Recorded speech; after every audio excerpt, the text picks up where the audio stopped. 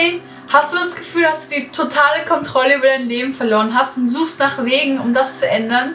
Dieser Kanal kann dir helfen, das alles wieder in den Griff zu bekommen. Ich mache Videos über die App Notion, die ich über alles liebe und verehre, weil sie mir einfach so dabei hilft, meinen ganzen Workflow flüssig zu halten. Ich mache Tutorials, Guides, Templates, Tipps und Tricks, also alles, was man sich da vorstellen könnte und zeige dir dann sozusagen, wie du die App zu deiner App machen kannst.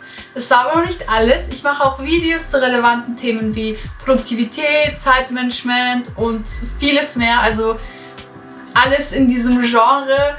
Und das mache ich, weil ich in der Vergangenheit auch selbst Probleme damit hatte und ich einfach mit euch teilen möchte, was ich alles gelernt habe. Ich tue regelmäßig hochladen und hoffe bei jedem Video, dass es irgendjemandem irgendwas bringen kann.